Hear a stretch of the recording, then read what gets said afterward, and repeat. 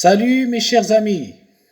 Pour vous exprimer mieux en français, commencez par raconter vos souvenirs. C'est l'idée que nous allons traiter aujourd'hui dans cette nouvelle vidéo sur votre chaîne préférée, Madani Machatil. Comment raconter un souvenir est la question à traiter dans cette vidéo. Mais avant de répondre à cette question, il va falloir premièrement commencer par définir ce que c'est que le mot souvenir. Alors le mot souvenir, c'est tout simplement une scène, une image, un événement, d'accord, que vous avez vécu dans votre passé et dont vous vous souvenez encore.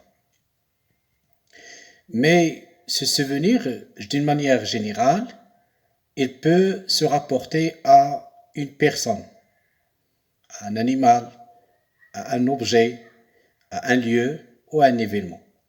Quand on dit ceci, parce que généralement ce que vous allez raconter, il peut avoir rapport à une personne, c'est-à-dire un proche, un parent, un ami, une personne inconnue que vous avez rencontrée dans la rue ou quelque part. Quand on parle aussi d'un objet, il s'agit bien entendu d'un objet qui peut marquer votre enfance, votre petite enfance, un jouet, un offre ou bien un cadeau, un bijou, que ce soit féminin, que ce soit masculin, ou bien aussi il peut se rapporter à un animal. Alors la plupart du temps, on a des liens avec des animaux qu'on adopte et qu'on dresse, ou bien avec même des animaux qu'on ne peut pas adopter, qu'on ne peut pas dresser, que nous avons rencontrés et avec lesquels nous avons vécu des souvenirs que de mauvais ou bien de bons. Hein. Voilà. Ou bien un événement. Quand on parle d'un événement, c'est ce que vous avez vécu. Si l'anniversaire, par exemple, le souvenir de votre naissance, le souvenir d'un mariage, d'un proche, de votre frère, de votre sœur, etc. Mais généralement, le fait de raconter un souvenir, il demande bien sûr une stratégie. Ça veut dire comment est-ce qu'on peut introduire notre souvenir. Pour introduire un souvenir d'une manière générale, ça veut dire commencer un souvenir, il va falloir commencer par les expressions qui montrent qu'il y a le fonctionnement de la mémoire. Quand je dis la mémoire, c'est quoi la mémoire? La mémoire, c'est la capacité de se souvenir. C'est-à-dire, la plupart du temps, notre mémoire, il recèle certains événements, certains souvenirs dont on peut encore se souvenir. Vous voyez? Voilà. Alors, pour commencer un souvenir, vous pouvez commencer par les expressions suivantes, qui marquent le fonctionnement, bien sûr, de la mémoire.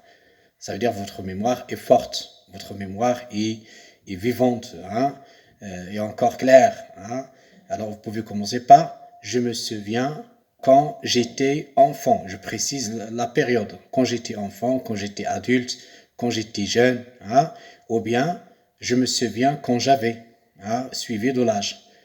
Quand j'avais 6 ans, quand j'avais 10 ans, alors je me souviens quand j'avais 6 ans.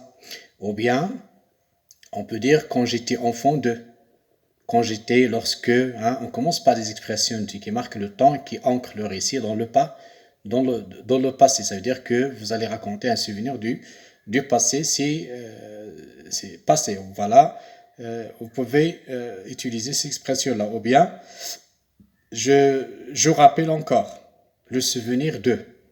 Hein, je garde encore en mémoire le souvenir de. Et je précise le titre de ce souvenir. Voilà, c'est une astuce qu'on peut utiliser. Ça veut dire des expressions à utiliser pour introduire toujours un souvenir. Et j'enchaîne avec des détails, hein, des précisions, des sentiments, la description de ce dont je me souviens, etc. Puis après, parfois, on peut avoir une mémoire qui est défaillante. Si vous avez la mémoire défaillante veut dire que votre mémoire fait des erreurs.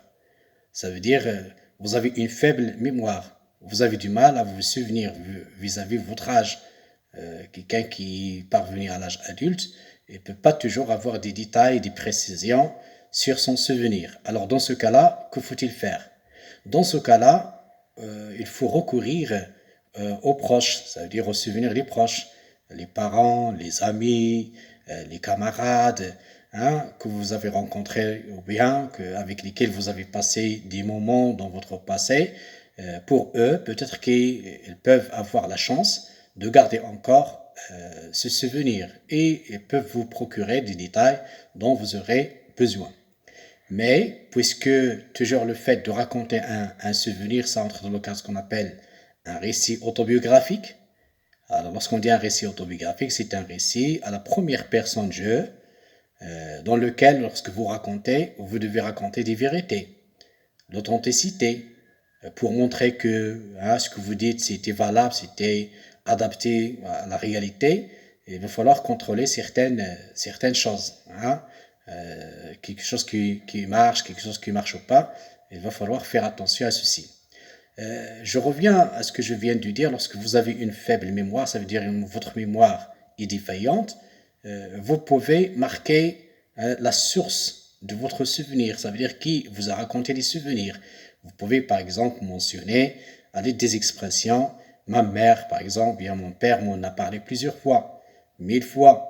Ma mère m'en a parlé plusieurs fois, ça veut dire que ce n'est pas un travail de votre forte mémoire, mais c'est la mémoire de votre papa, de votre maman, de votre proche.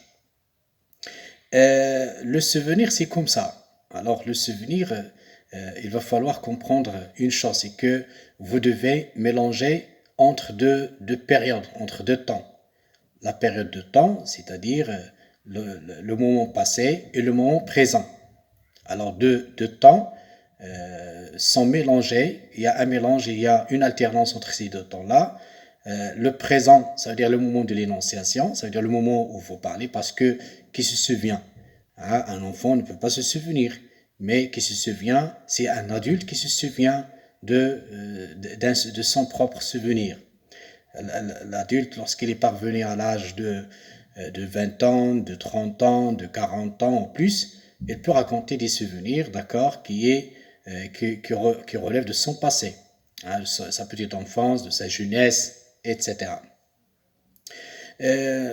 Pour bien vous faire plaisir, je vais vous raconter un souvenir que j'ai vécu moi-même. Vous voyez? Alors, le souvenir que j'ai vécu moi-même, c'est un souvenir vrai que j'ai intitulé le souvenir d'un manteau blanc. Alors, il arrive un jour du printemps, alors j'ai rencontré l'histoire, ou bien j'ai rencontré un manteau dans lequel j'ai gardé quelque chose. Alors, je vais essayer de vous raconter pour que vous puissiez le suivre comme étant un exemple. Alors, je me souviens quand j'étais enfant de 6 ans, dans une matinée bien ensoleillée du printemps, je me promenais au bord de la vallée de Draa. Soudain, je vis tomber du haut d'un sapin un gros chat blanc. Au moment où je le crus mort, il se renversa sur le dos, leva ses pattes, se balança de joie et sauta sur un merlan. Sortait des eaux, bien sûr, de la rivière chaude. Curieux, je m'en approchai. Apeuré, la bête saisit sa proie et remonta le géant sapin pour déguster son poisson au sommet. Je ne sais quoi dire. Je restai stupéfait et planté comme un piquet. En bas bien sûr, du sapin. C'était un manteau blanc et je vous précise que c'est une scène que je revois encore dans la mémoire et comme si c'était hier. Voilà, je vous remercie beaucoup et j'espère bien sûr vous servir avec cet exemple-là. Et je vous donne rendez-vous encore une fois dans une autre vidéo avec une autre idée. Toujours l'objectif, c'est de savoir comment raconter un souvenir ou bien comment est-ce que je peux m'exprimer clairement et facilement en français.